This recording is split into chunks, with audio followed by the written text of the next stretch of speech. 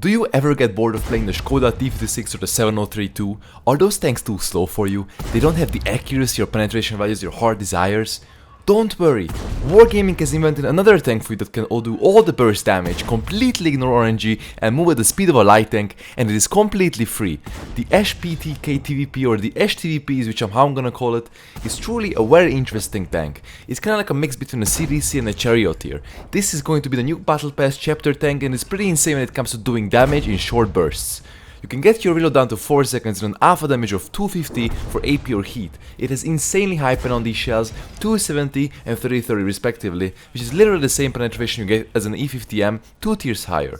Now a lot of TDs have this kind of penetration at tier 8, so it is not really surprising, but the truly outrageous part is that it has 420 alpha damage for 100mm of penetration on the HE, which literally means you can pick apart any tank at tier 8 from the side or the back in just 8 seconds. Now 3 times 420 is 1260 HP, which is absolutely outrageous. And when I played my games, people obviously have no idea of the capabilities of my tank, since it was still unreleased, and the amount of damage I could get with HE was just absolutely mind-blowing. The gun is incredibly accurate and has a quick aiming time, and Wargaming tried compensating the pros of the gun with very slow shell velocities. As you can see in these clips, I have to lead a lot whenever I fire, but it honestly will become quite easy to master, as you will be playing more and more with the tank. Hitting lights with the slow shell velocity is probably the biggest challenge of the whole tank. Now, let's talk about other aspects for a bit. The tank is quite paper, but you will have some lucky bounces here and there, as you see in this video, but you will need to play it like a Scorpion G, aka you should not rely on its armor at all. That way, you will not get bad surprises. Another very negative thing about the tank is it only has 6 degrees of gun impression, and it is absolutely huge. I mean, actually huge. It is very hard to peek sometimes because of this, and you will lose a lot of HP in case you are overexposed for even the shortest amounts of time. The mobility on the other end is godlike. You will definitely need a turbocharge on it just to complement it even more, and then you will literally be one of the fastest, if not the fastest tank on your team, excluding light tanks. This allows you to get into some early positions from where you can use HE to shoot the sides of lights and mediums early on, although it is very important not to get caught overexposed, since once again you absolutely have no means of survivability, no HP or armor at your disposal, and can be quickly sent back to the garage if you do not pay careful attention to your surroundings and danger sources. Now, to sum this tank up, the HE is what makes it incredibly fun to play in my opinion. Nowadays, it is very hard to fully exploit your high DPM and accuracy in a lot of tanks, since most maps are corridor and peekaboo based. Is this going to be an OP tank in the hands of Unicum? Most definitely. This tank has incredible damage potential thanks to its great gun and mobility, but bad to average players are going to struggle finding the right positioning for this tank for the aforementioned reasons of lacking armor and overall survivability. Correctly managing your exposure time is exceptionally important in this tank. Now what I mean with that is you need to expose yourself to getting spotted quite a lot in case you want to deal damage or use that DPM of yours. Since the alpha is very low, you will be spotted for long periods of time, and that is not easy to manage with zero armor.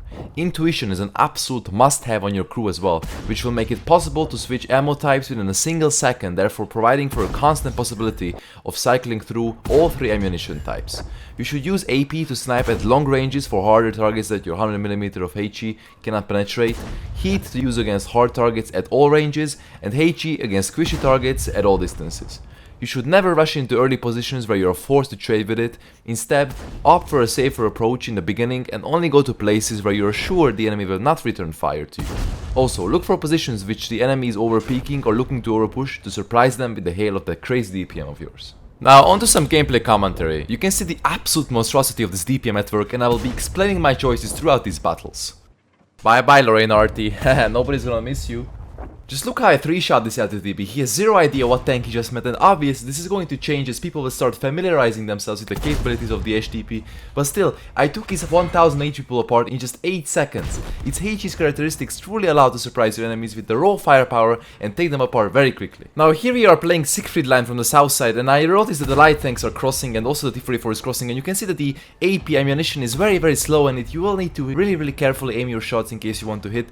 And I actually lined the blind shot there. LTTB gets hit there, already have 500 damage, and I'll move up a little bit higher here to get better shots of the D44. We actually hit once again, the accuracy pays off very nicely, and we are going to have to head into a very fierce battle of shooting enemy heavy tanks a lot, but you can see once again that the DPM is just going to tear this M3 really quickly apart, and he has absolutely no idea what just happened to him. And you should use this position on Siegfried line whenever you are playing from the southern side with all kinds of tanks, since you get shots in the open field and you can also farm all the heavies that get stuck at the corner in front of you or the ones that are crossing. If you have a tank with a turret, it will even work better. Now watch this Isu and how quickly I'm sending him back to the garage. He's completely oblivious to the situation that is about to unfold over here and doesn't react in time, bumping up my damage counter super high and removing a huge threat from the enemy team in just a few seconds. Of course, it doesn't help the poor guy that the corner he's tried peeking is overcrowded since other tanks are also staying there, but that gives me another piece of advice for you to share. Never go to that corner. You just get stuck in a perpetual cycle of getting crossfire from most angles, and you do not really have a good spot to peek anything unless you actually have a good side armor and are able to side script correctly.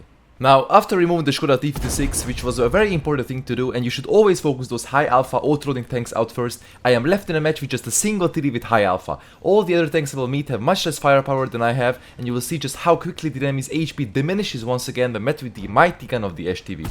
As we're speaking, we just spot the Scorpion G. He doesn't really have a window of opportunity to get away, as I track him in place, making sure that we pick him up for free before proceeding to move him towards the city in the hopes of hunting down the remainder of the enemy's medium tanks. At this point in time, we already have 4000 damage and we're still quite healthy, having more than 1000 HP. One thing I will mention though is choosing the right equipment on this tank is of the utmost importance. For open maps where you're just going to rely on the sheer accuracy of the gun, you will want to complement it even further with the usage of IEU. But on city maps where overall accuracy bears less significance, I opted for the usage of HP. Since the tank is indeed very squishy, you will need as much survivability as you can get. With Bond HP you will have 1.3k HP, which provides you with a good enough base of surviving for quite a long time. The rest of my equipment is turbo and rammer, and I don't recommend using IRM or gun length drive for the simple reason of the gun handling already being probably one of the best at this tier. Once again, as you can see, the mobility is truly magnificent and is probably better than most medium tanks and even rivals the acceleration of some of the light tanks in the game. This tank has a very high skill ceiling since it's very easy to die with 0 damage with it due to an unlucky overpeak, but I truly believe that if you will be patient enough and will constantly think about the positions from which you can do damage without taking any in return, you're going to be able to not only have fun but also farm a very high amount of credits. Just don't shoot a lot of gold since the shell costs 4800 credits and 270 AP will be enough for most tanks unless you only have hold on targets to shoot at. In this battle, you are going to see that early positioning that I was talking about, countering enemy lights and mediums with Heichi. You will get some crazy early game damage if you put yourself in a position where not just this tank, but also other tanks on some of the maps, so do not be afraid of that even if I are playing a TD. As long as it is fast, you can do this.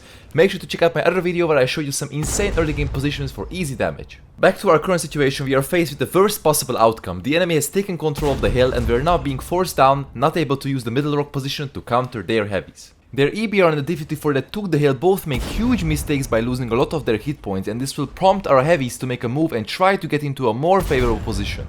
This is what you have to pay careful attention to as a player in not just this tank but any other squishy one with good firepower.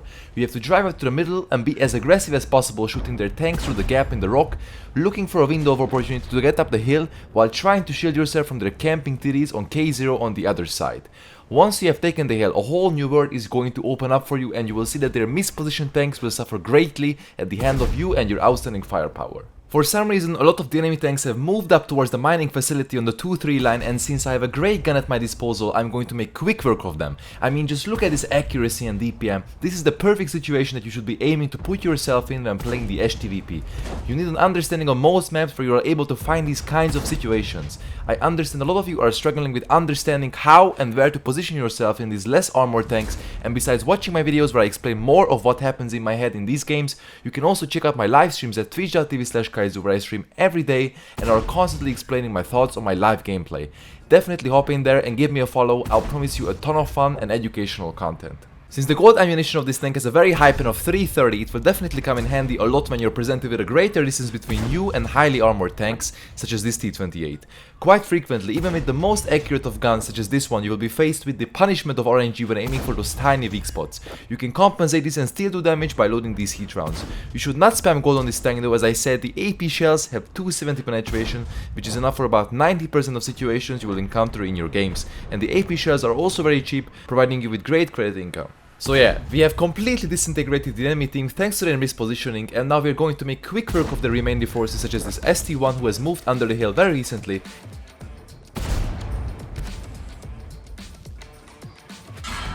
We remove him quickly before proceeding to chase the sharpshooter around the hill, but he has no HP and I divert my attention towards their tanks in the base and their last remaining unspotted tank, the STRV-S1, as we put a quick one into the Scorpion G. And since the STRV-S1 has hit me once, I am well aware of his position on K0 and I will use my great mobility to make it towards him, and let's just see how quickly we can take him apart using this DPM once again.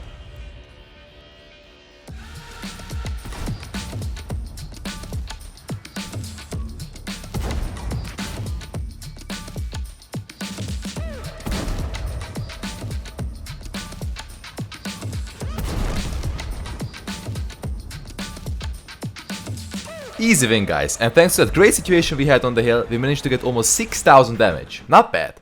Guys, if you enjoyed the video, leave a like as it tremendously helps me out as a content creator, and please let me know in the comments what you think about this tank and tell me what you thought about this quick tank review kind of video. Did you like it? What can be improved? And as always, got me stone cold.